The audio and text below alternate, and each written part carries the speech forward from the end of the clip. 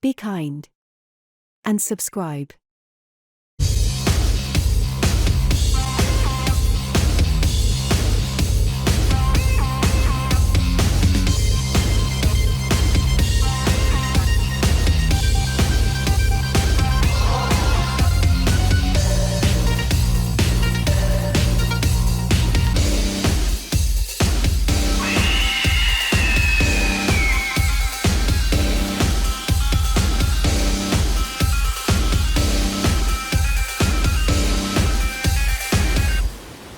Welcome on, bienvenue. Welcome to United Nations of Horror. We hosts Mark and Jason. Hi, Jason. Hi, Mark. Hi to our audience. And we've both had some vacation, haven't we? We have. There's been a bit of a gap since the last one, but not too bad. Cause you've been, I noticed you've been putting them out, the ones we recorded before vacation. So I'm hoping no one really notices, to be honest. Yeah, in fact, I think this one's going to be a very quick turnaround because obviously what we're covering today, right? It's out in the cinemas right now.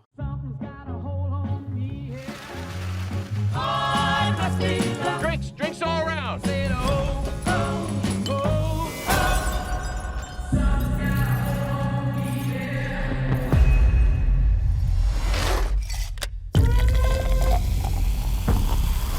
Family, you don't get to pick the one you get. Just gotta love the one you got. I always knew this day would come. I got it. I don't think you got it. I held him off for years. Charlie, get up here. He's a relentless son of a bitch. Won't stop till he finishes the job.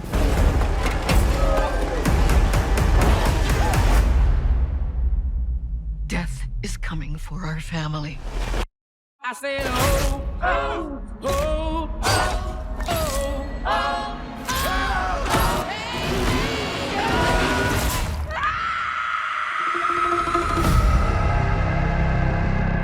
Grandma, what's happening to us? Years ago, I had a premonition that started it all.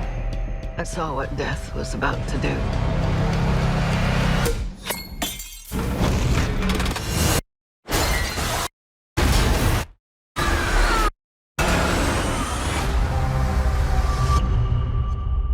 I saved a lot of lives that night. Everyone needs to get off the dance floor! Lives that were never meant to be saved. But death doesn't like it when you mess with his plans. This book, it will show you everything you need to know to keep our family safe. It all started with Grandma. Death is coming for us because we were never supposed to exist. Watch out! Only by embracing death will it pass you by. Maybe death's not actually coming for our family. Because that would be crazy. Good luck. You've essentially got like 3 new United Nations of Horror episodes to listen to. I hope we don't turn people away. They might get sick of hearing us, Mark. This one's going to be a bit shorter than, say, when we did all 5 episodes of Final Destination or 2 episodes of Chucky. I think it won't be quite as long as those. So, one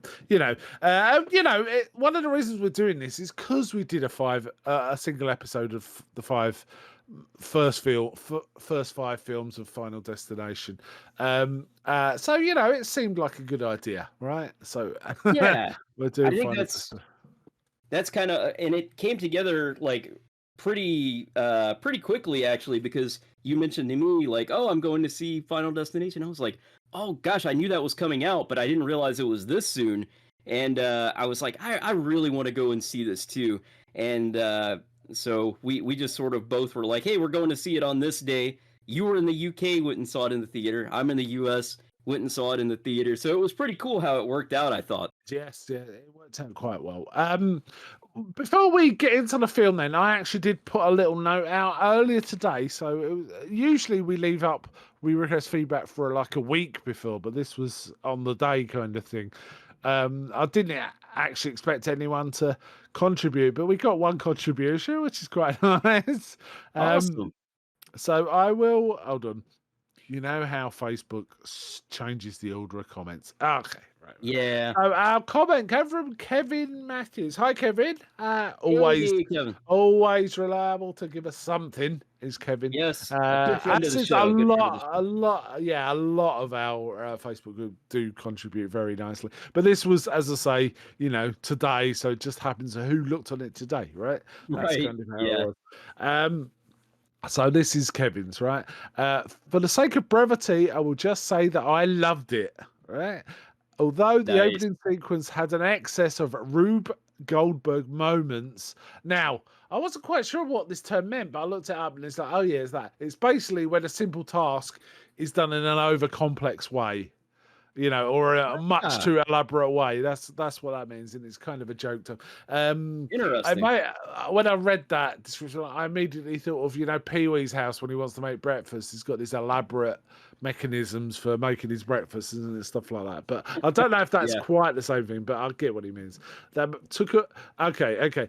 So I'll start this sentence again, just because I interrupted myself. Although the opening sequence had an excess of Rube Goldberg moments that made a bit of a rod for their back, and one or two of the main surprises weren't too surprising, brackets, considering how attuned they are to enjoying those rug pulls nowadays. So he loved it. He also has posted a link to his more detailed review, which I deliberately have not read because if I read it, it's possible I would have taken some of his thoughts and presented them as my own, which is like what you do when you read stuff and you think, give it a bit of Yeah. time to think in. You start thinking, oh yeah, I thought this way. I do the But same thing. I didn't want to take away from Kevin's contributions to society. Let's put it that way. However, There you go. if you do want to read that, search for Kevin Matthews on Facebook or look on United Nations of Horror Facebook group, which is facebook.com/groups/UN of Horror. And you'll find this and you'll find Kevin's link to his blog review of Final Destination Bloodlines. Yeah, I'm gonna check that out. Yeah, my reply was this, and I don't know if you got this in the theater, and we can talk about this again, I guess, but I think I'm going to say it all at once now, which was what I noticed was I felt like I was the one who was laughing loudest and longest in the theater. Most everyone else was kind of taking it seriously, like they didn't know what Final Destination was really about. So, Oh, really? Wow. it was. I mean, there was a few bits where everyone laughed. There was, but Yeah. mostly they weren't. So when I started laughing at really gruesome things going on, I was wondering if people were side eyeing me, because I was Yeah. I was laughing out loud because I just thought it was really funny. And to reference that in the Facebook, I put a post of Max Cady, Robert De Niro in Cape Fear, laughing his head off in the cinema so much that people start moving away because it's making them nervous. Yeah. There was Yeah. there was definitely some of that, and then Kevin replied to that interesting. saying, "I definitely laughed more often than some, although everyone laughed at the piano punchline, which we're not going to talk about right now, but we will Yeah, do yeah. the piano punchline." So yes, Yeah, we'll get to it. But yes, yeah, good bit of laughter here. I was in a pretty lively crowd though in our theater, yeah, which yeah. I was surprised actually how many people were in there because I went to the Tuesday show as you did, Mark. But I did, yes. here when you go to the Tuesday show at the theater I go to, it's a little bit cheaper, and I'm pretty cheap these days, so $6 ticket prices. I was like, yes, perfect. I've been But getting some we free had- tickets actually. That's what. But I could use them any day except Saturday, I think. But I just prefer Tuesday because it tends to be a bit quieter and it's a night I'm not doing anything else. Yeah. So I tend to go on a Tuesday. But yeah, it was way more busy than I'm used to. Yeah, I think we'll talk about this too, but I think Final Destination is certainly raking in the cash. Yes, But a lively yes. crowd, and people from all kind of backgrounds. It was funny. I walked in and there were two little old ladies talking, before it began, and I was thinking, "Ooh, do you guys know what film you're in here?" And so, so I When was the like, blood flows, you have to think, ooh, And I was wondering "Yeah, if it might be a bit more tame than the other ones, but it wasn't really. I mean, maybe no, there was less gory stuff, but there was still pretty strong stuff in oh this. yeah, yeah." There Okay. was definitely stuff that got the oh reaction, you know. Right. So before we get into it, we're gonna. We'll have a short section where there's no spoilers. We're just giving our high level views of what we thought about it and how much we enjoyed it and whether we recommend. And then we're gonna get into it and there'll be spoilers. So for now, this is the no spoiler section. So what did you think? What was your feelings? I really enjoyed it. I think it's on par with the other ones, to be perfectly honest with you, Mark. I was very impressed. I felt like it maybe started out like it was weird because the beginning does not feel like a traditional Final Destination film, which is not a bad thing. I didn't think, but and I won't say spoilers here, but yeah, I like the way it starts off a little bit different from the other Final Destination films, and It then does, and but not to spoil it. I'm not going to spoil it. But what I liked was it did not feel like a Final Destination. It felt like, oh, they're yeah, doing something different here. But actually, by the end, you realise no, they're doing exactly what they did in the other films. indeed, indeed, So that's kind of really fun. I really like that. I do like how strong they were sticking mostly to the law. They drifted a bit in four. They added elements that seemed a bit goofy. They didn't right, push back those elements. Those were still in this, but I like they added to the law without subverting it. They didn't really add to it, I guess. But what they did is they gave us a rich vein they haven't explored before of how to present the law, but it was totally consistent with the law we know from Final Destination. So I really appreciated that. same That here. was good. Yeah, yeah. I Yeah, really well said. enjoyed this too. I thought it's well up there with the others. I find Final Destination as a series very consistently good. Actually, I don't think there's a weak one. If I had to pick the weakest, I'd say a 4 maybe. But Yeah, you know yeah, I'm what? with you. We're talking between six and they're all for me somewhere between six and four's probably 6.5 maybe close to 7, and the rest are 7.5 maybe a little higher, maybe a bit less, but it's kind of that. I felt that this most recent one, Bloodlines, was consistently good, up there with 1, 2, and 3. And I don't want to diss 5 too much because 5 has got one of the greatest sequences in the whole series within it in the gymnasium. But the rest of the film Yes. isn't quite as good as 1 to 3, in my opinion. However, that's 5. We're talking about 6. This was easily up there. I'm so glad they made another one. I cannot believe it's been 4 years since the last one. And then this is my first cinema Final Destination too. I'd only really watched all 5 for our podcast. So, and man, I instantly bought the box set. Oh Um, yeah, it's worth having for sure. yeah, You know, and I was tempted to cram them before I went to see this, but I just didn't have time. Vacation, getting back to work, family stuff, just didn't have time, and I wasn't going to watch one. I was going to cram the lot, or I wasn't going to do any. And turned out I wasn't going to do any, so that's fine. But I feel like I'm going to be more. Final Destination is going to be like my Christmas pick when you're a bit not much to do between Christmas and New Year. What shall I do? I might just spend the whole day watching Final Destination. That's what I might do. yeah, that's a great way to spend a day for sure. Yes, Because yeah. they're all so much fun. You know, they're Different enough that oh, it's this one. Final exactly. Destination, the perfect, the one where Friends uses the one where whatever. Final Yes. Destination is the perfect, the one where film. Mainly about the set piece at the beginning usually. No, Um, I totally agree. Uh, but yeah, yeah, I like how then it does totally, as you say, become a Final Destination film.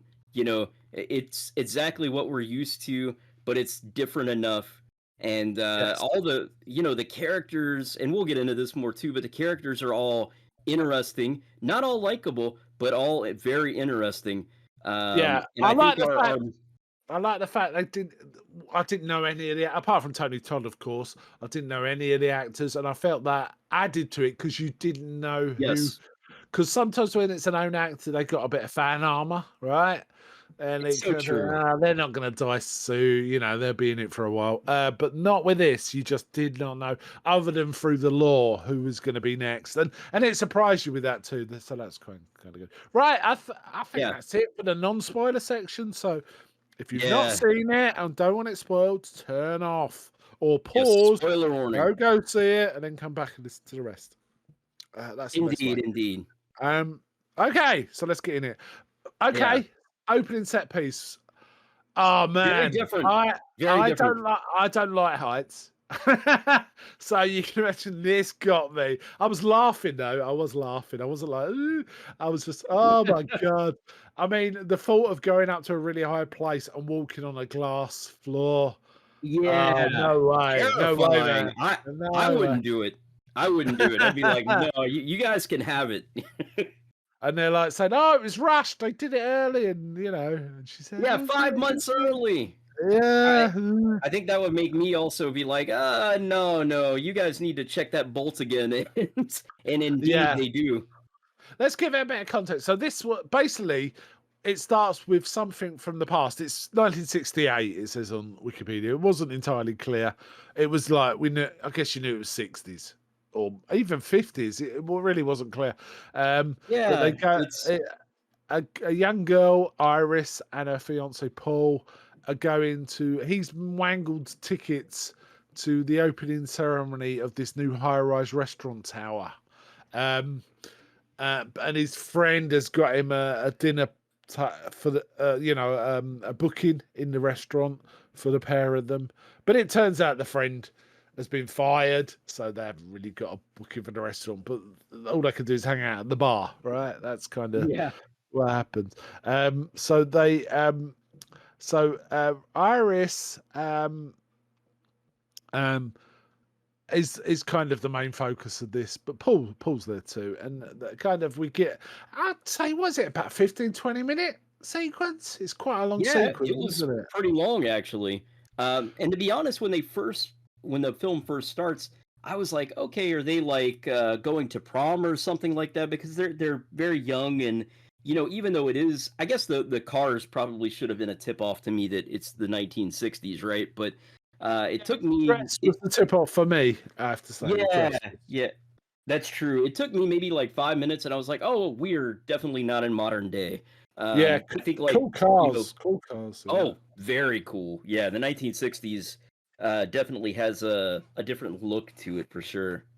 Yeah, so they drive to the this new place, and she's taken. It's a surprise to her. He puts a blindfold on as a surprise, and and all this. So she's really taken with it.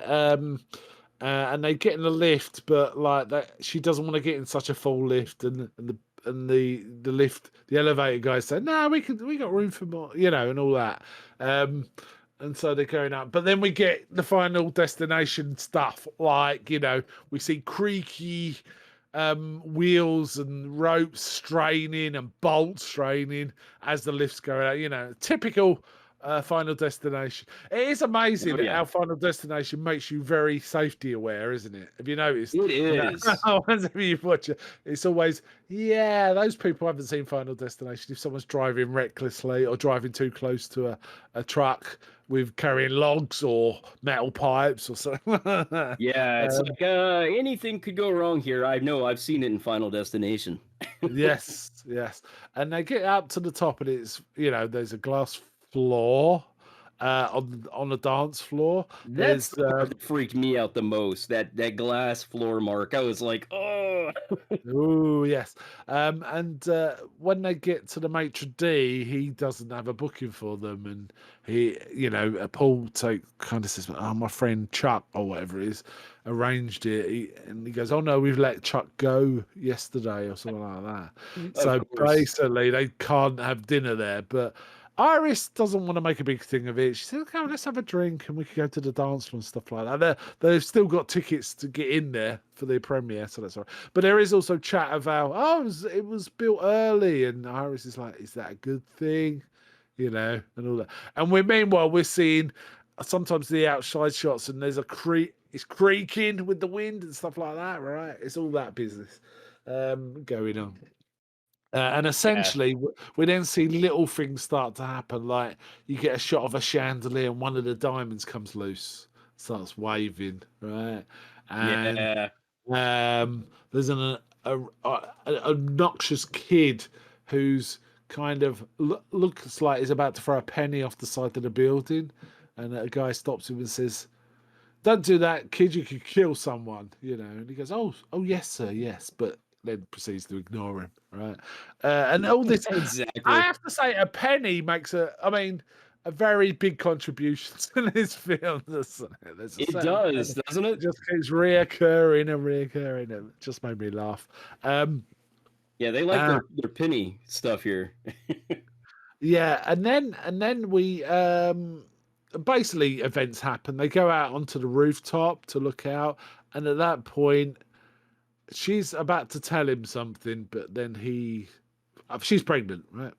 In fact, we see there's a shot inside where an African American lady who's a singer in the band. They've got a band up there, who's got a little boy she's looking after.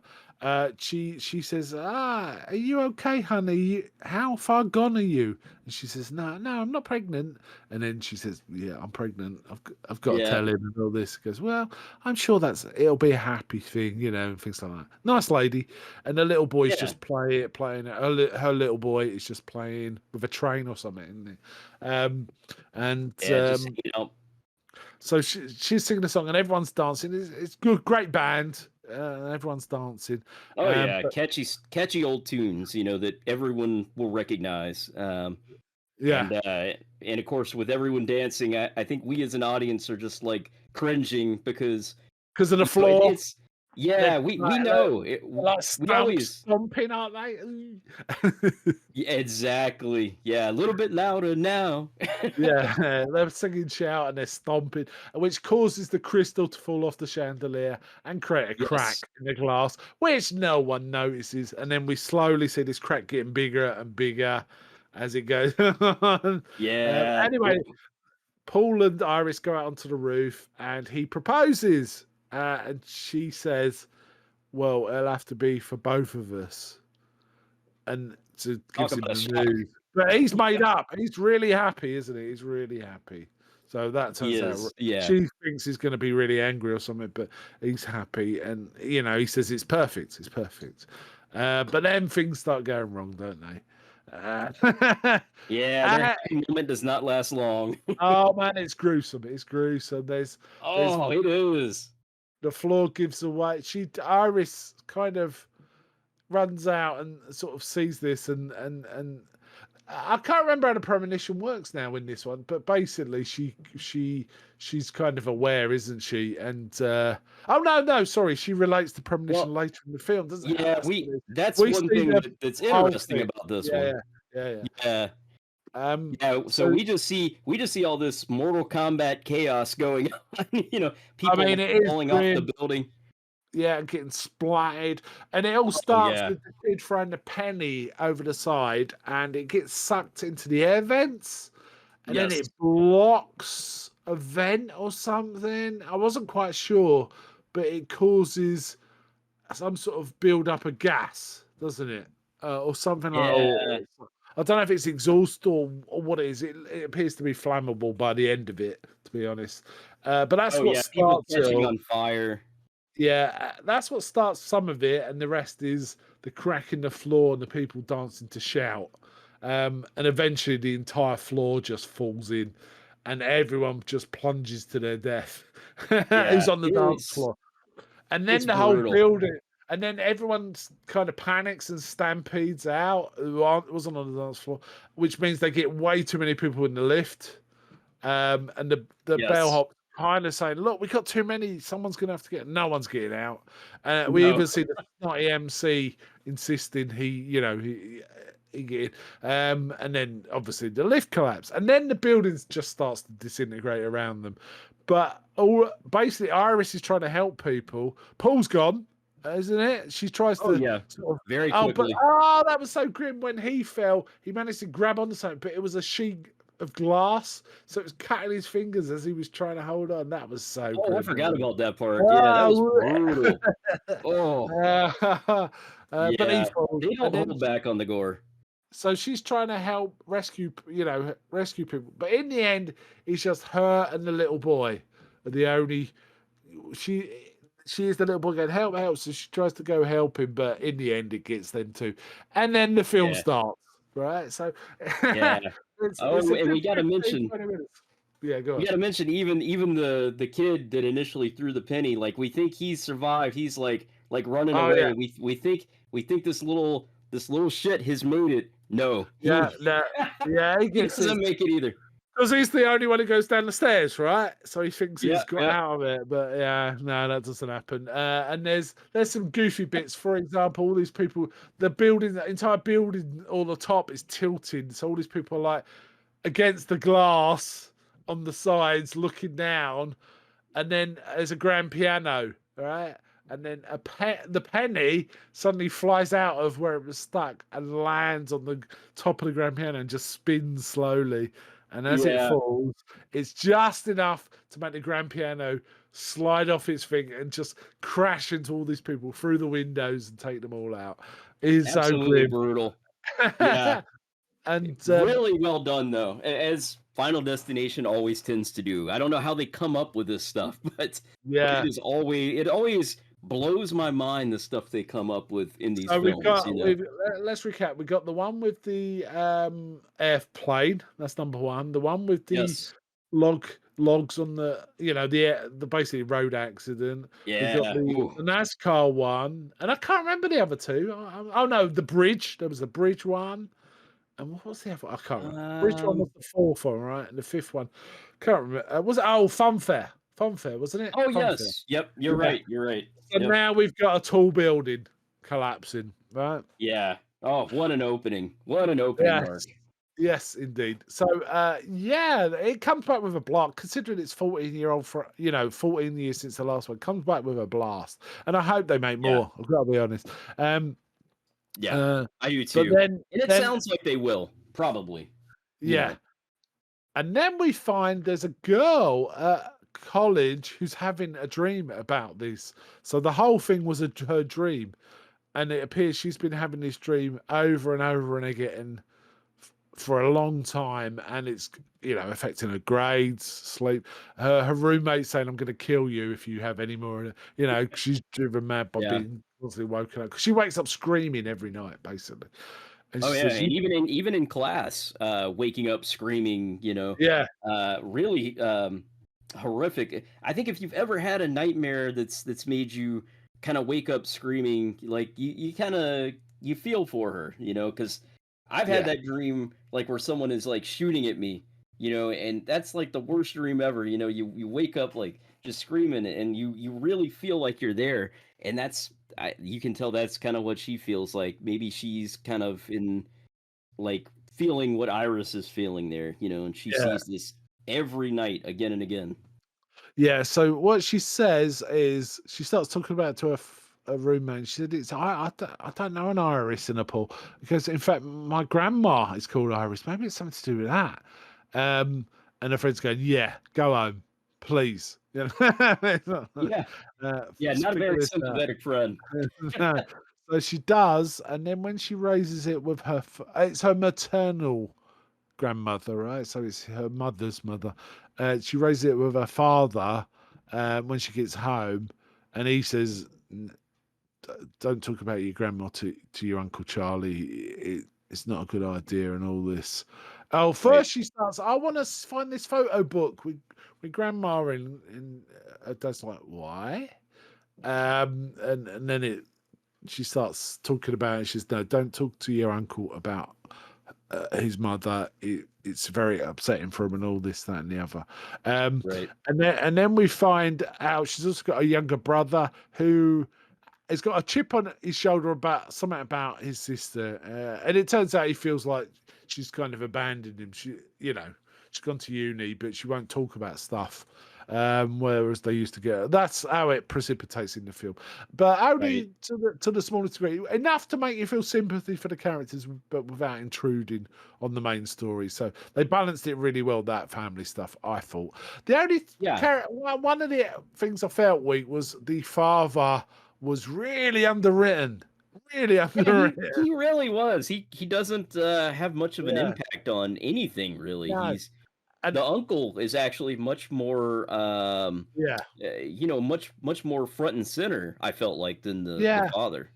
And this is where we kind of start finding out that, well, we eventually find out that this is all about a family thing, isn't it? It is indeed Iris, her grandma. So she, well, actually, no, we'll talk about that when we get to it. So, yeah, it's a family thing. So it kind of makes sense. Anyway, she does go visit her Uncle Howard, Aunt Brenda, and she's got three cousins who are their children, Eric, Julia, and Bobby. But Aunt Brenda is kind of doesn't, you know, Uncle Howard is really doesn't want to talk about it, but Aunt Brenda's kind of sympathetic because she looks so tired, and Yeah. Stephanie is her name, so Aunt Brenda says, "Well, I wouldn't look in certain drawer if I were you." I like Um, the way she drops that. and just walks away. And then she goes and looks at the drawer and starts fighting. And she finds a picture of the couple she's been dreaming of, right? So there's a confirmation. That's her grandma, right? Yeah. Um, so then also we also get some stuff about her mother abandoned them, really. She just disappeared. Um, Yeah. It so just there's kind of went off that on her part. own one day. Yeah, this made me think of the new Halloween films. There's kind of that vibe to it, right? So Ooh, absolutely. Yeah. yeah. So it kind of reminded me of that. Again, it Yeah, wasn't intrusive on the fun of this. It was treated seriously and respectfully, but it was done to a bare minimum where you don't think, well, this is totally underwritten, but it yeah. didn't intrude much at all. Basically, it give you enough to say, yeah, this is a family curse kind of thing, right? That was kind Yep. of the deal. Yeah. The name makes sense. Bloodlines. Yeah. But then Howard starts saying that Iris made him and her mother live a really weird life. She was like way too overprotective and was constantly sort of stressed about surviving with them. And then obviously it rubbed off onto Stephanie's mother as well. It's affected Right. both the family. It's deeply affected family. Again, a bit like Halloween, Yeah. it's Yeah. yeah. Kind of the shut-in grandma who doesn't want to leave and just thinks the outside world is out to kill you. Except in this case, it really is. Yeah. One of the things that Stephanie finds in this pack is a set of letters from Iris, sort of documenting things. Not that she reads them or gets into them, but it's enough for her to know where Iris is. And she goes and visits Iris, who is basically a crazy Ralph kind of character, living in a Yes. lot with like all this protection, all the weird metal spike stuff to stop cars crashing into it. And she lives inside this fortified cabin, basically. Yeah. And she even won't set out. She doesn't even want to set foot outside, right? Yeah, it has a security system, like, she can see what's going on with the monitors, outside, got cameras everywhere. It Yeah. really is, fortified, like a mini Fort Knox, if you will. Yeah, and Stephanie says, I'm your granddaughter, so she does let her in, and then she starts talking about why, and she talks about, yeah, your dream is the premonition I had, right? And it's at that point we get what happened in that she had the premonition as Paul was proposing, didn't she? And she Yes.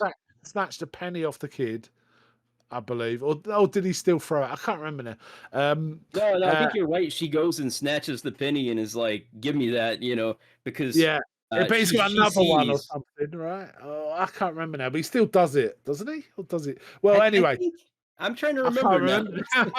Yeah, I I can't can't. remember. But things still happen. Like she saves a lot of people, but But she you know, doesn't maybe though. that She tries. she Oh no, she tries. does.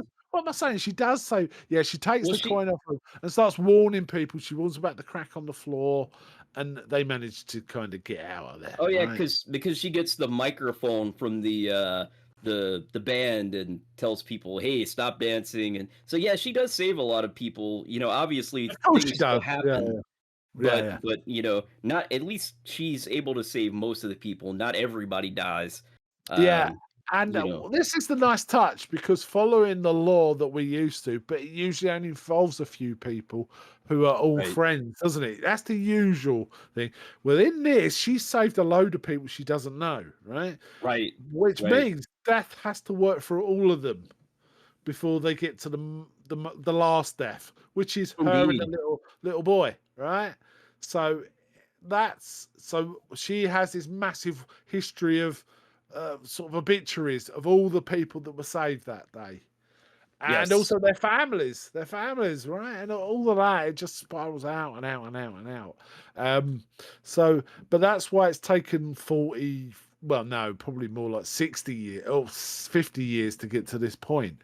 I mean, 68 to 2025 is 50 Oh gosh, yeah. That's 57 years. No, 50. Yeah, 57 years, right? that's a 57 years. lifetime. Yeah. Yeah. So it's taken that long to get to the last two, which is her and the little boy who is a grown man, which we'll talk about in a bit. Oh So yes, yes. that's why, but she's always been paranoid about protecting her family. It's also got a bit of a Terminator vibe in that Sarah Connor became Ooh, very overprotective of her yes. son and then poisoned her own family dynamic with that, right? So there's Very that vibe too, right? Yeah, good catch there, Mark. I would not have thought of that. I guess, Yeah. you know, I was thinking more Halloween. But yeah, definitely Sarah Connor's vibe for sure. Kind of that doomsday. And yeah, I mean, that's not so uncommon here in the States. You know, there are I mean, I know people like this who are pretty much shut-ins and, you know, they don't want to go outside for whatever reason. You know, it's sad to Sad. see, but this Yeah. lady has a very legitimate reason for not, you know, because she's trying to avoid death, literally trying to avoid death, and she knows if she steps outside, she's exposed herself to death. Yeah.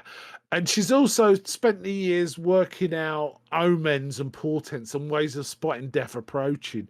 And she even actually talks to death in that she speaks out into the room, doesn't she? And Stephanie's like, who are you Yeah, talking to? It's death. What else? yeah, And she's got this she book knows. that contains all this stuff. And we see in the book the scribbles stuff from the previous films, don't we? Which is kind of funny. Um, Yeah, a lot so of nice little Easter eggs in the film too, like yes, that, there is. scattered Yeah. throughout. So it's kind of cool.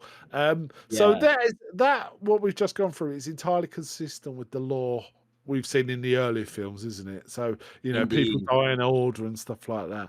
And she started to be able to spot death. There's one point where we start getting one of those Final Destination vibes where things in the room, something falls over when it shouldn't.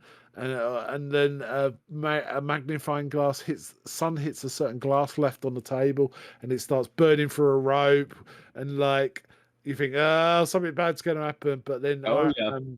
their granny just throws something at the lamp at the reflecting thing to get out of the way and goes, yeah, you're not getting me this time, Death. She kind of can see it coming.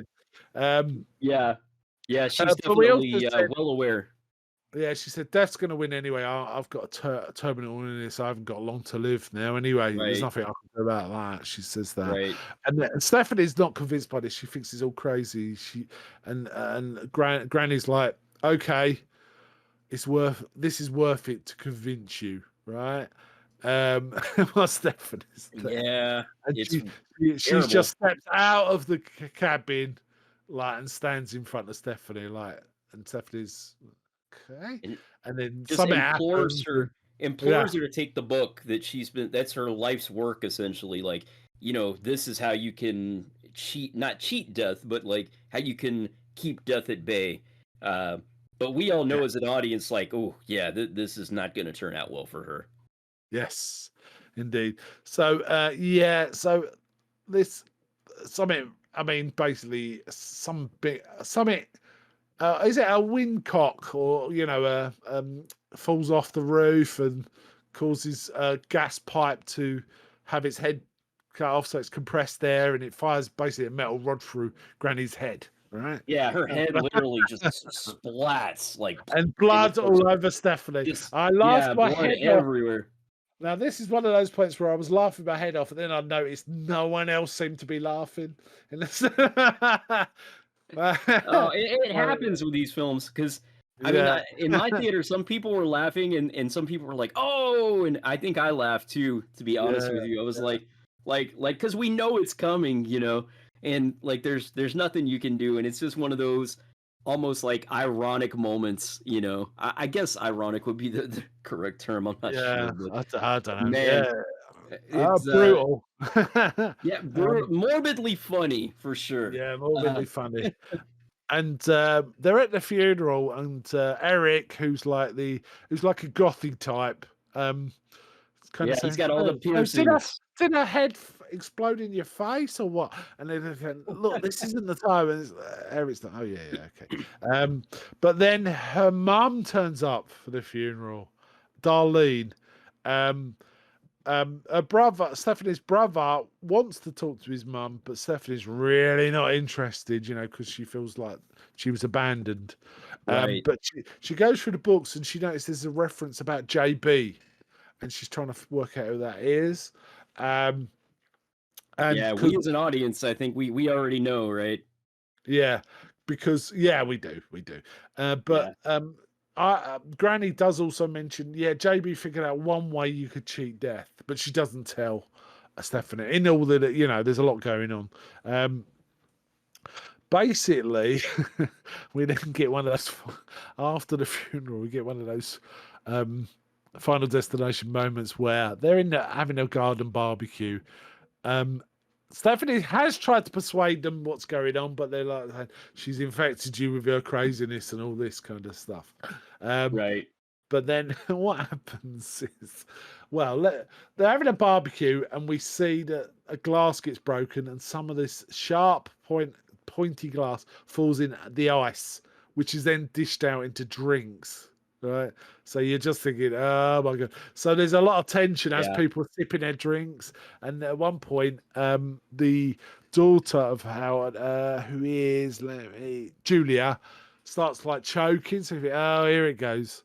Yeah, But we no, think this is a she's just choking. There's a bug in her drink, and she just throws it away. We never actually see what happens to the glass, or do we? I can't remember now.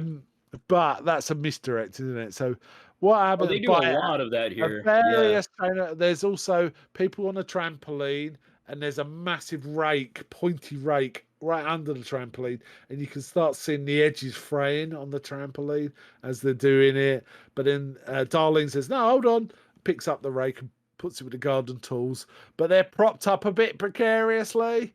We see that. Yeah. I love it when they do this in these films. Yeah, Like they try to throw us off. yeah.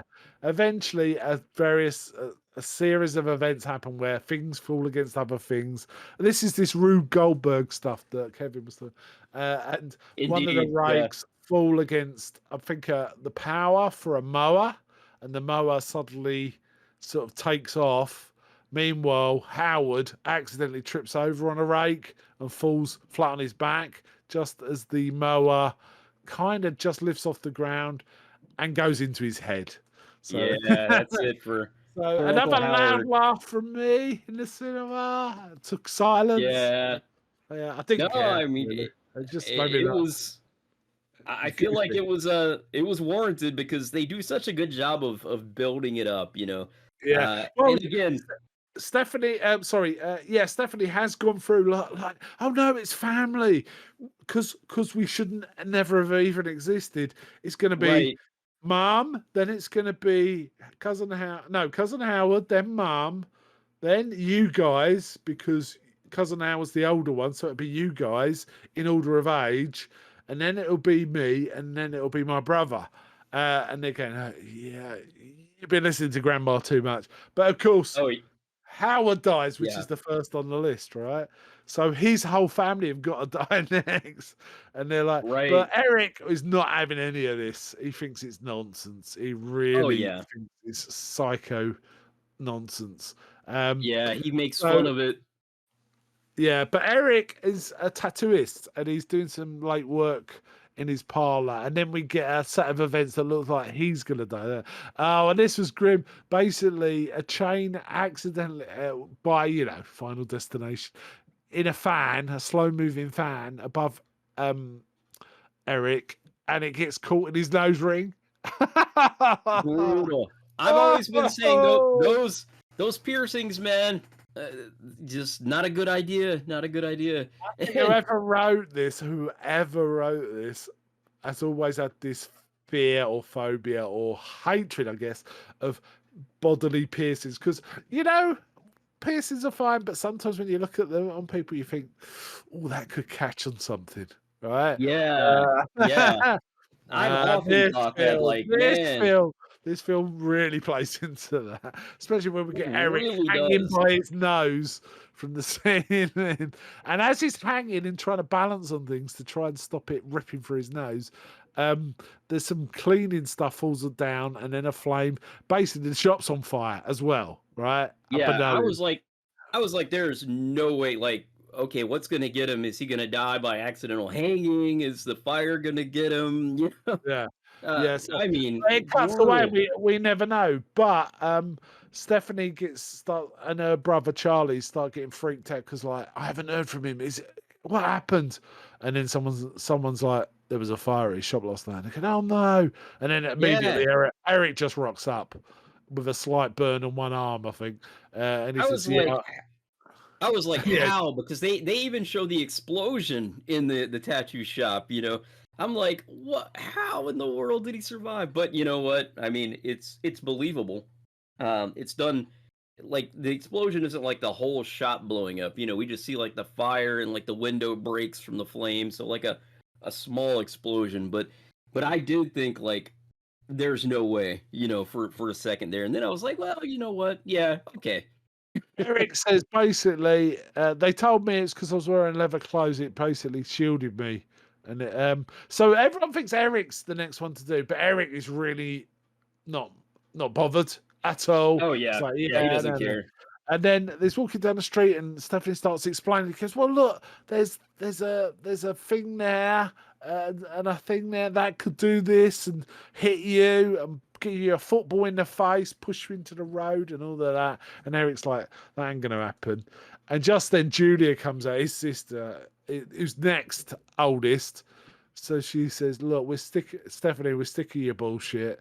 And just jogging down the street, and as she's jogging, there's a garbage truck, isn't there? It is, yeah. And it all happens as she's running past the garbage, the empty things waiting for the garbage truck. It all happens, and a football hits her in the head and throws her into a bin. Head first, right?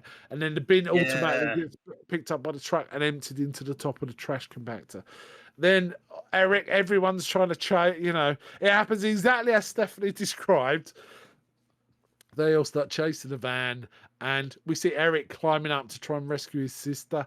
And you think, oh, well, Eric's next. So obviously Stephanie's going to get out and somehow Eric's going to fall in, right? That's what's going to be the cause of it. Yep. Doesn't happen that way. No, it does not. Julia gets properly crushed right in front of our eyes, pretty much. Doesn't she? Yeah, and They love a bit of squashing in Final Destination. They do love a bit of squashing. They really do. Yeah, yeah. and poor Stephanie's just left holding the arm of her cousin. Oh man, terrible. Yeah, so which is then freaks them out again. They say, well, why did Eric escape and all this? And then Aunt Brenda confesses he's not Howard's natural son. It's some guy who lives down the street from the sound of it, and Eric's really disgusted about who his son is. He does not like it. So oh man, that explains, because he's not bloodline, it's not, he would have been, he would have existed, I guess, is the idea. So which means Bobby's next. So Bobby, who's let's put it this way: he's a bit light in the brains department, isn't he? He's an airhead, basically. Yeah, yeah, definitely. He's like Bill and Ted kind of levels of sort of reality, I think. No, I So would yeah, agree. Bobby's quite upset. Um, so they figure out who JB is. That I can't remember how they. Oh no, Darlene knows who. Stephanie's mother knows who JB is, doesn't she? She goes, "Oh, I know JB," and it turns out Indeed. it's Yeah. William John Bloodworth. Bloodworth, who was in number one and most of the others. Tony Todd in his, I think his last feature. This I was believe it is. died Yeah. after filming or completed filming, or I And think he was ill, wasn't he? And they kind of filmed that. He still oh, wanted to was be he? in it. Oh, I didn't realize that. Oh, I wow. think so, because the director said those final words he says were his choice. We offered him to say Really? whatever he wanted, and he That chose those makes words.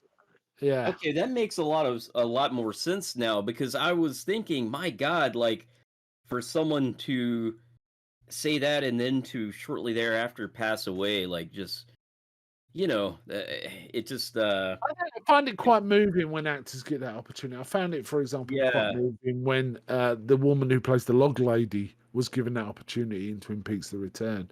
It was a very moving sort of thing when she was using her final words, talking to Hawk about stuff. And this again is kind of moving.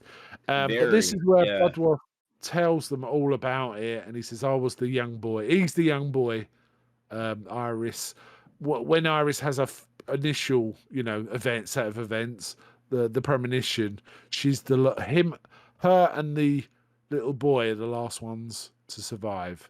The little boy being Indeed. the very last one. And now, Iris is dead. Sorry, not. Yeah, Iris is dead. He's the last one, so he knows he's on a limited time too. Um, Yeah, yeah, and he mentions he's retiring as well, Yes, he does. and And he's gonna. he's even got his box of stuff to walk out the office, isn't it? It's almost like it's his last day. Yeah, And he very says sad. he has spent most of his life talking with Iris, and that he helped build a protective yard and house. He says there's two ways to defeat death: take another life, which is the bullshitty one that they put in number 4, wasn't it, or 5? Yeah, 4. Yeah, yeah, not that doesn't feel quite right. He says, taking another wife, or you have to die and be revived. And he cites one of the previous films, someone who survives from that, who actually did flatline and was revived. She escaped right. death. Though I'm not sure Indeed. in that film she does, to be honest. I'm trying to remember, because at the end there's always some sort of twist, right? So Yeah, I know there was apparently I read some controversy where like in I guess it was a DVD extra they had said like, oh, this character can die in this way, but then the director of this film said no, that's not canon. So oh, I okay. guess it's not canon at this Oh, point, I but don't know. I don't know. yeah, But in this interesting. film, it is right. In this film, it is. Indeed. As far as we're concerned. Eric. It is established Bobby, because at one point Bobby's going to go in the RV that Darlene drives. But Eric's like, hold on. We got to check. This is not a nut-free zone, because Oh, Bobby's got a severe allergy to peanuts, right? Um, indeed. so Yeah. Eric then says to Bobby, well, there's one way to save you. You've got to flatline and we'll recover you. So he talks them in. They're in the hospital, and he talks Bobby into having a peanut snack. And it is funny because he says, do you want some? And he buys this back of like nuts. And Bobby goes, no, I don't want that light shit. I want, and he basically, it's like Reese's cup Reese's kind peanut of butter thing. cups. It isn't Yeah, that. He says, I the want best that snack. stuff. And then they hide, for some reason they're hiding in rooms rather than standing in the middle of the ER doing this, which seems Yeah. they decide to go to a room where it's just them two, and it turns out it's an MRI room, massive magnet basically. Indeed. So and he says, sit in the wheelchair, so I'm ready to take you. And he says, give me your EpiPen, because you got to die. You know, we can't try and save you. You got to die, and they'll save you. Bobby's getting, you know, understandably very nervous about this, but he does open the peanut thing and starts to eat it. And Eric's going, well, he goes, this tastes really good. I mean, I have to say, I think Reese's is the best Yes. snack. Oh, yeah. You know, Yeah. I love it. I only have it once a year. Like I'll let myself have some like during the Halloween season. But I have man, I mine love at those Easter. things. Easter is mine. Oh, I'll that's a get an good one. Easter egg Yeah. with some cups in. They're standing, and Bobby's like, nothing's happening. And he goes, maybe I'll grow out the allergy. He goes, what a time to. Eric's like really mad about it. But anyway, things happen around the lab, like they're not accidentally knocking things or whatever, right? Oh, I Indeed. should Yeah. mention, while they're trying to get the peanut thing, it jams in the machine. So Eric starts rocking it backwards and forwards. So, oh, it's all right, we work here as people. And one of the springs comes pinging out and kind of cracks the glass. We know, you know, we're Final Destination watchers. We know what that means. Right? Oh yeah. There's a big pointy spring. Exactly. Yep. Ready to It's go. gonna come into play later, and Yeah. boy does it ever. Yes. So the MRI starts ramping up big time. And then and Bobby starts to get affected, doesn't he? And he's really, you know, he's choking. But meanwhile, the MRI's got up so high. Eric, who's got all these piercings, we find out at this point, the MRI starts and then another button gets hit, which is a special research level, which means it goes up way higher than usual safety standards. So it's basically a super magnet, right? Yeah. And essentially, Eric starts getting dragged towards it, but then his nose and his earring piercings come out. It's really disgusting. And somehow he gets in the wheelchair. He gets in the wheelchair. Oh, yeah, no, he the doesn't. wheelchair. Sorry, the wheelchair's standing in the middle of the room because Bobby falls out of it, and then basically Eric's nipple piercings get pulled off, and then he's obviously got a penal piercing, you know, Prince Albert or whatever. Yes. You see that, and it's like he's screaming as bits of him getting ripped through by those piercings. But we're all laughing. Well, I was at this, and then it's hard not to laugh. The penis piercing drags him into the MRI, so he's just holding on to the sides of it, trying not to get pulled in. But then the wheelchair suddenly gets involved and smashes into the back of him and basically crushes him into the MRI, doesn't it? Yeah. And meanwhile, Bobby's brutal, choking man. away there, right? Yep. So, and he's got his and he's still holding the EpiPen too. Yeah. Yes. So Bobby manages to inject himself with the EpiPen, so he's all right. Stands up. He does get to it. At that point, the spring comes flying out of the machine because the machine starts moving at one point, doesn't it? The whole machine. Through the and the nurse realizes is trying to sort of sort it out, but the spring comes out and just gets Bobby in the head through the face. Terrible. And starts slowly screwing through his face as well. That's terrible. Oh man, what a way to go, and to have survived all that too. The you know, so, and the allergy. They say, why was Eric killed? And they talk about what a comment that JB mentioned, which was, you mess with death, there's going to be trouble, or something like that. He said, basically, if you mess with death too much, it's going to bite back, kind of thing. And that probably is what happened with Eric, right? So now we know that it's only Darlene, Stephanie, and Charlie, and Darlene is the oldest, the closest, so should be next, right? Indeed. What they decide is they're going to just drive to Iris's cabin and hide from death there. But just as they're getting there, the RV crashes, and Stephanie's seatbelt jams, doesn't it? So she's kind of stuck in the seatbelt. Darlene, I can't remember what gets Darlene. Is it an explosion? I can't remember now. Everything starts exploding because there's wind and stuff. Yeah, she actually almost makes it into the cabin, I believe, and then I can't remember specifically The what cabin causes. explodes. I Yeah, can't remember any the cabin explodes, which kills Darlene, but also makes the RV roll, which pushes Stephanie underwater, but she right. is stuck in the seat, so she starts to drown. Right? Yeah, I Um, remember like I think like water coming down from the roof like knocks a pipe out or yeah, something. yeah, it's Maybe a one of these, gas leak. yeah, chain of Yeah, event things we see in Final Destination. So she indeed. starts to Yeah. drown. In fact, she does appear to drown, but Charlie manages to dive under, find a knife, which cuts his fingers as he's trying to cut through the seatbelt, but he does eventually cut through the seatbelt and rescue her. But she's unconscious, but he does manage to revive her.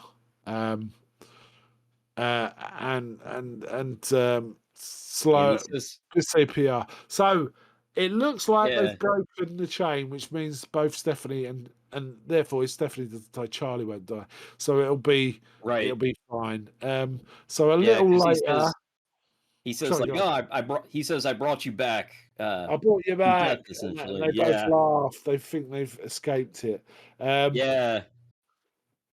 so when we cut to sometime later, and earlier in the film they talk about Charlie having a prom date, and in which case Stephanie takes her, and they're talking about what's going on, and the father of Charlie's prom date's talking with them and says, "Yeah, he brought me back to life," and he goes, "Did he though? It's not really true, is it?" And they're like, "What do you mean?" He goes, "Well, yeah, you were close, but your heart didn't stop. Your heart wouldn't have stopped. You wouldn't have CPR wouldn't have brought you back if your heart stopped." Which means they both realise she wasn't brought back from the dead. And just as that happens, we see a penny. Oh, this penny's been floating around too, hasn't it?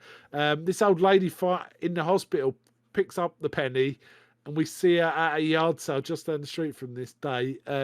Drop the penny, and it rolls down the road and falls between the train tracks, adjusting, blocking the adjustment, so it's not quite clean. And Oh at yeah, that and point, I like this because this is like 40 minutes between that scene. Maybe not yeah, 40, but at least like 20, right? yeah, a fair bit. Uh, But yeah, I'm it was sorry. Go enough. on. Yeah, but yeah, we do. The penny is floating around through the whole film. Just what we said. It's sellotaped Yeah, into the notebook, for example, and indeed, stuff like that. indeed.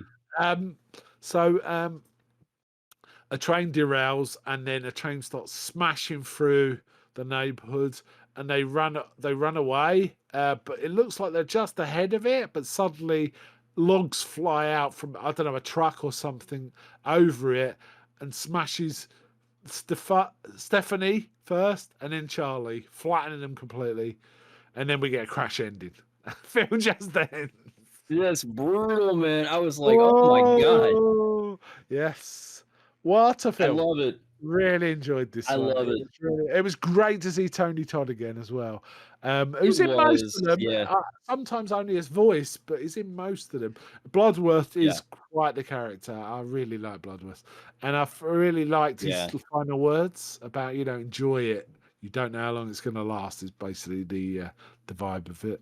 Um, Yeah, and boy, so true, right? I mean, none of us ever know.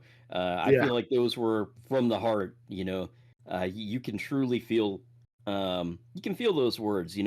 Some words in movies just they strike a chord, and those really struck a chord with me. I was like, yep, he's absolutely right. Yes, I really enjoyed this film. I thought it was very solid, very solid. I don't know Yeah, how well it's done. Let me see how well it's done. The critical response, it says it's one of the best reviewed installment in the franchise, so that's good news. yeah, Um, of course, there's can always be a sequel to Final Destination because there's absolutely no need to bring back any of the first characters. It they always detective it out and figure out what's going on, and maybe reference back to a previous one, but they may not. But yeah, it's done really well. yeah. I'm just reading here. Apparently, there was a release where they did a double bill special in some cinemas where they had it paired with the first Final Destination film, which is kind Oh, of an that would have been interesting fun. pairing. Yeah, and it totally Yeah. worked. And it says here there was also a prank screening held on Mother's Day get this. And the film was actually called Love at the Sky View, right? And Oh, basically, film goers were asked to bring their mothers. It was supposed to be a Mother's Day treat. Can you imagine? Because the beginning oh of the film does wow. look like a rom-commy kind of, or a sort of love story, and Yeah. then totally turn. That must have been. That's a horrible prank to Oh cheer man. Pretty funny Um, though. Pretty yes, funny. yeah. It's So definitely yeah, done well. A budget of 50 million and it's made 121.2 million as of this recording.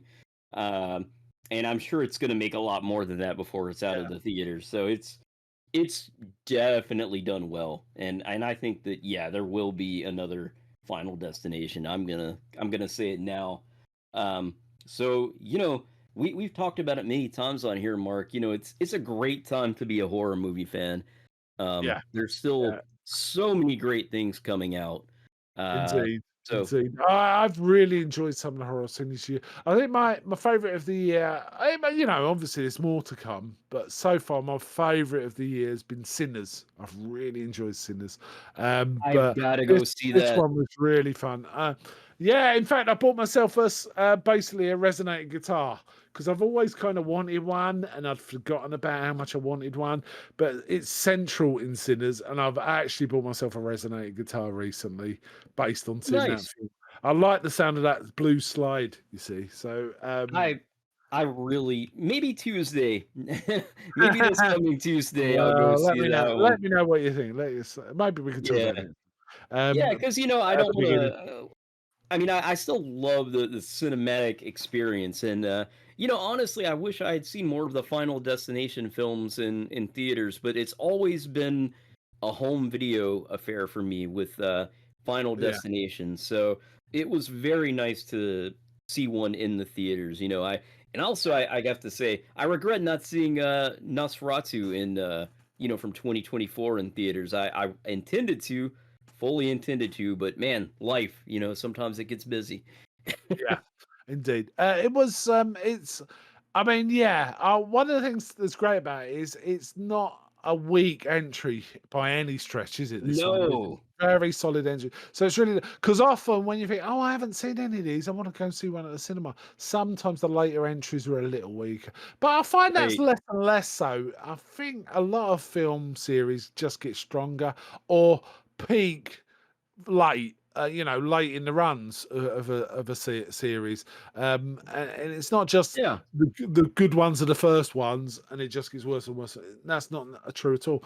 In fact, there's a lot of horror franchises where that isn't true. It isn't true of Chucky, is it? It isn't true of um, Friday the 13th, and so on. Right? Oh It's yeah, true of I would agree. Halloween. I'd say it's true of Halloween, but Yeah, only because the I first would film is agree. so good. You're never going to really top that. It's like you're never going to top Yeah, Jaws or anything like that. exactly. There are those certain films that it's kind of impossible. But I enjoyed the initial reboot of Halloween in theaters, and then I don't really know what happened. I think everyone was so excited to see what the directors were going to do with it, and then two and three, not nearly as strong as the Three, initial reboot. three. Oh, yeah. Yeah, Anyway, let's not talk absolutely. about that. Right, right. But Final, this was great final. though. Yeah, this was really fun. Okay, let's get to rated. Do you think, or any final? No, Yeah. final thoughts. Any final thoughts? Got Oh anything? man, mainly it was just another really great entry. It's almost hard to place. I think it's all the Final Destination films are so enjoyable. I think it's what four maybe is kind of the weakest in the franchise. We both kind of feel that way, right? But this is another very strong one. Yeah. Four's still a good film, but it is just not quite up there with the others. Yeah, it's still But very good, still worth uh, watching. yeah, I'd never skip it if I was rewatching it. I would Oh definitely yeah, not skip it. I'd watch I all would of them. not either. Yeah, same here, same here. Yeah, but Um, yeah. So yeah, solid one for you. What sort of rating would you give it? oh my gosh, that's you know what? I think I would be right in an 8 for this. How about you? I think so. Yes, I think an 8 feels about right to me. I Yeah. enjoyed this greatly. I will be getting it when it comes out on 4K probably. Yeah, me too. I'm putting it next to my Blu-ray set of the first 5. And happily, and it's a franchise I'll happily sit and watch anytime. It's just Yes. fun. It's just fun.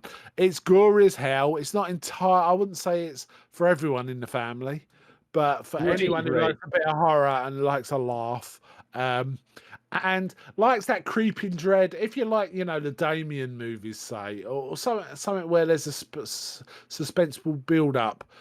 This is the franchise for you. Interestingly, on this one, I found the build-ups weren't. I mean, apart from the opening scene, the build-ups weren't quite as elaborate as they have been in other films. They tend to extend quite a long way into scenes. In this, they kind of did it not quite as long, but Right. I felt it was still really well balanced. So I got no complaints at all. There was enough misdirect. But most of the time you could see it coming. The MRI thing you could see coming a mile away, say, right? You could Oh, yeah. definitely see that coming. There was no misdirect there.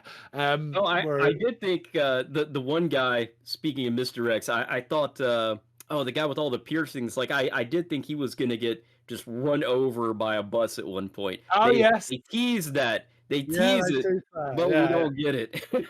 Well, the thing is, in Final Destination, if anyone's monologuing on the road about how they're not going to die, Right. yeah, you can pretty much bet a truck is just about to flatten them. And that's what was happening, Exactly. right?